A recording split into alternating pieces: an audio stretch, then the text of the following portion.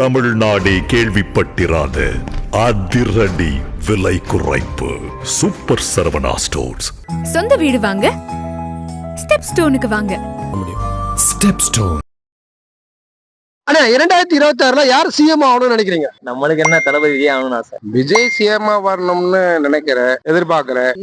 ஏடிஎம்க அண்ணா திமுக தான் வரணும்னு நினைக்கிறீங்க? ஆமா. லாஸ்ட் 5 இயர்ஸா டிஎம்கே இருந்த ஒரு இதுவும் இல்லை, எதுவும் இந்த முன்னேற்றமும் இல்லை. பெண்களுக்கு பாதுகாப்பு கம்மி, நிறைய இடத்துல பாலியல் ப்ராப்ளம் ஆகுது. அதனால அதுக்கு முன்னாடி 5 வருஷம் எடப்பாடி நல்லா பண்ணாரு.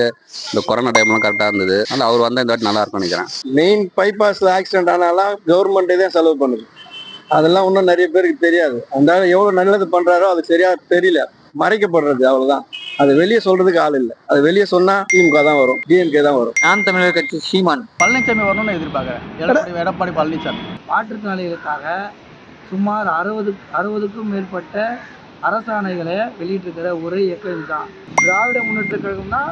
எப்போதுமே நிலையான ஆட்சி நிரூபிச்சிருக்காங்க. 2026ல டிவிக்கே தானா எங்க தளபதி தான். 2026ல எங்க தளபதி தான் வரணும். அவர் வர வைக்கிறோம், என்னன்னாலும் சரி எங்க தளபதியை நாங்கள் வர வைக்கிறோம். டிவிக்கே தளபதி தான் வரணும், வேற யாரும் வருவாங்க? எல்லாரும் சொல்றது வந்து விஜய் வருவாங்கன்னு நினைக்கிறாங்க. ஒரு வாய்ப்பு கொடுத்தா நல்லா இருக்கும் விஜய் அண்ணாக்கு. அதான் என்னோட ஆசை.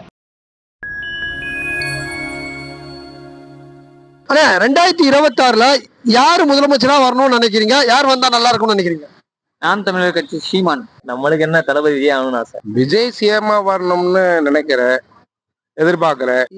ஏடிஎம்க அண்ணா திமுக.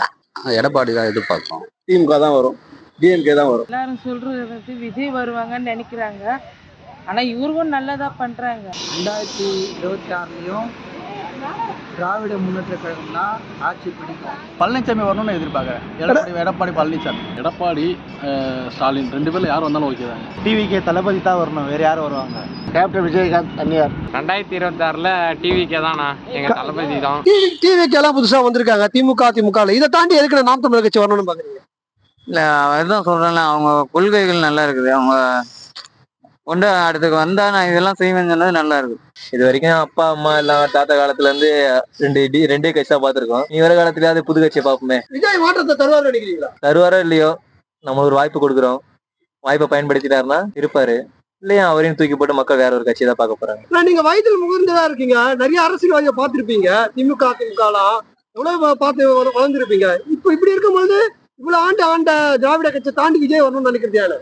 எம்ஜிஆர் ஆட்சிக்கு அப்புறமா ஒரு சிறப்பான ஆட்சி அம்மா ஜெயலலிதா கொடுத்தாங்கன்னு தான் சொல்லலாம்.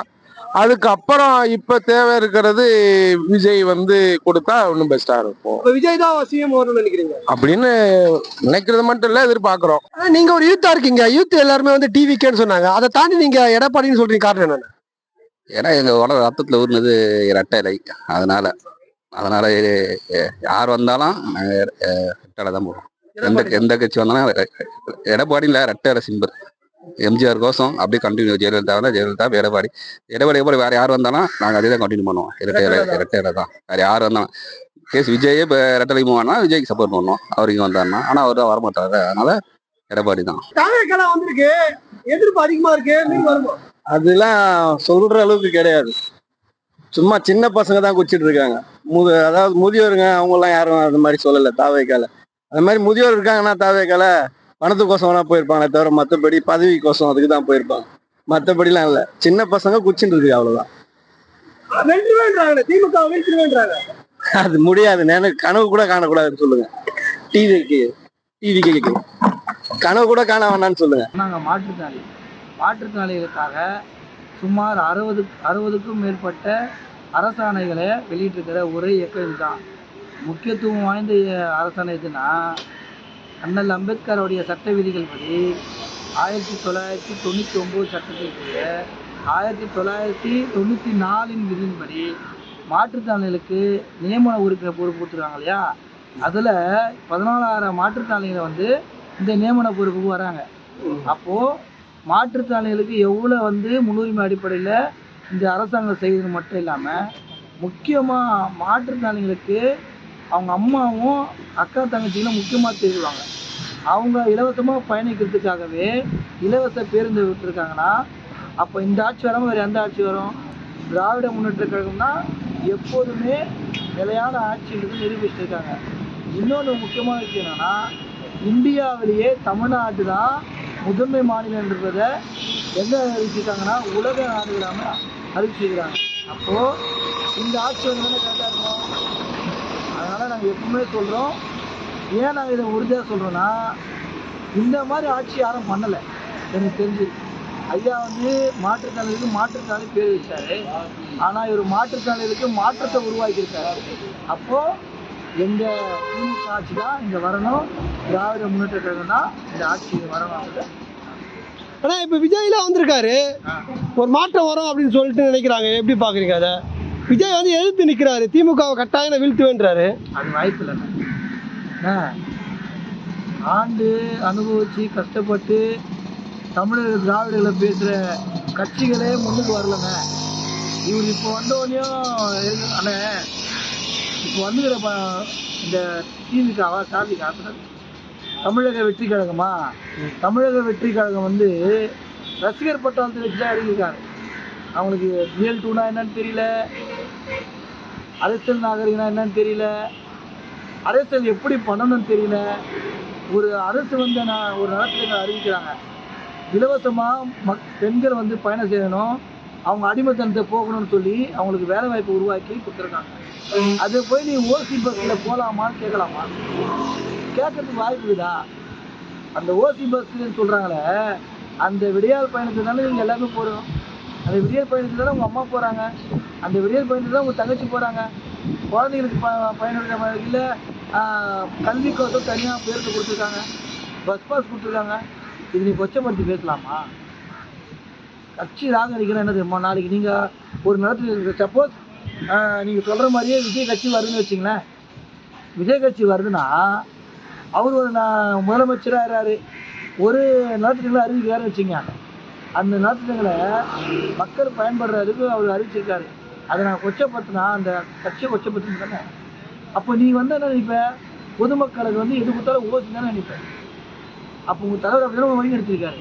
அவங்க வந்து தலைவனா சொல்லுங்கள்? தலைவனா மக்களையும் மக்களுக்கான பாதுகாப்பையும் உறுதிப்படுத்துவான் தலைவன். மக்களை கொல்றவன் தலைவன் கிடையாது, புரியுங்களா? கொல்லாலும் கொல்லனாலும் கூட நிற்கிறவன் அவன் தான் தலைவன். அப்போது நான் கொன்னாலும் பரவாயில்ல, நீ செத்தாலும் பரவாயில்ல, நான் அந்த மேலே இருக்க நிற்கிற தலைவனா? அது வராது. புதுசாக வந்தாங்க. இப்போ நானே இருக்கேன், நான் இப்போ ஒரு 10 சம்பளத்துக்கு வேலை பார்க்குறேன்.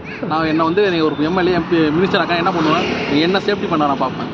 அதே போல் புதுசாக 234 எம்எல்ஏ வரவங்க யாருமே பெரிய ஆளுங்க வர போகிறது இல்லை, ஒன்றும் இல்லாமல் வருவாங்க. அவங்கள தான் சேஃப்டி பண்ண பார்ப்பாங்க. ஆனால் ஏற்கனவே இருக்கிறவங்க வந்து அவங்க சேஃப்டியான ஆளாக தான் இருப்பாங்க. அதனால் வரத பாதியாச்சும் மக்களுக்கு நல்லது பண்ணுவாங்க. அதனால் 2 கட்சி வந்தால் யாராச்சும் வந்தாலும் போதும், எனக்கு பாதி நன்மை கிடைச்சாலே போதும். முழுமையாக நன்மை கிடைக்குன்னா அந்த மாதிரி உலகத்தில் யாருமே கிடையாது. அந்த காமராசர் காலத்தோடு போயிடுச்சு. அதனால் 2 பேரில் யார் வந்தாலும் ஓகே. 26 எங்கள் தளபதி தான் தலை வரணும், ஓகேவா? அவர் வர வைக்கிறோம், என்னன்னாலும் சரி எங்கள் தளபதியாக நாங்கள் வர வைக்கிறோம், சரிங்களா? யார் வராங்க இல்லையோ எங்கள் தளபதியே வரணும். நான் இப்போ வந்து நான் என்ன சொல்கிறேன்னா, நாங்கள் இந்த ஊரே கிடையாது, முதல்ல பெங்களூர். இப்போ வந்து நம்ம ஒரு பப்ளிக்காக பெங்களூரில் இருந்தாலும் நம்ம ஒரு தமிழன் தான், அதனால தமிழ் நியூஸ் எல்லாம் பார்ப்போம். பார்க்கறதுனால நம்மளுக்கு இப்போ வந்து லைக் ஆகிறதுனால எல்லா சூழ்நிலை புரிஞ்சுட்டு நம்ம இது பண்ணணும். அதனால வந்து இருக்கிற சூழ்நிலை பார்த்தா விஜய் வந்து அதிமுக கூட சேர்ந்து ஆட்சி சிறப்பாக இருக்கும், வெற்றி பெறுவாருன்றீங்களா? 100% வெற்றி. யார் வரணும்னு நினைக்கிறீங்க? அதிமுக வரணும்னு நினைக்கிறீங்களா, விஜய் வரணும்னு பார்க்குறீங்களா முதலமைச்சரா? இப்போ வந்து ஸ்டார்டிங்ல வந்து யாருமே ஜெயிச்சிட மாட்டாங்க. விஜய் வந்து துணை முதலமைச்சரானாக்கா நெக்ஸ்ட் அடுத்த 5 வருஷத்துல அவர் எப்படி ஆட்சி செய்யறாருன்னு பார்த்து அதுக்கப்புறமா முதல்வர் அவரே ஆகலாம், புரியுதுங்களா? எல்லாருக்கும் ஒரு சான்ஸ் கொடுக்கணும் இல்லைங்களா? இவங்கெல்லாம் வந்து ஆல்ரெடி ஏகப்பட்ட எக்ஸ்பீரியன்ஸ், 62 வருஷமா கட்சி நடத்துறேன்றாங்க. அவங்களுக்கெல்லாம் ரொம்ப எக்ஸ்பீரியன்ஸ் அதிகம்.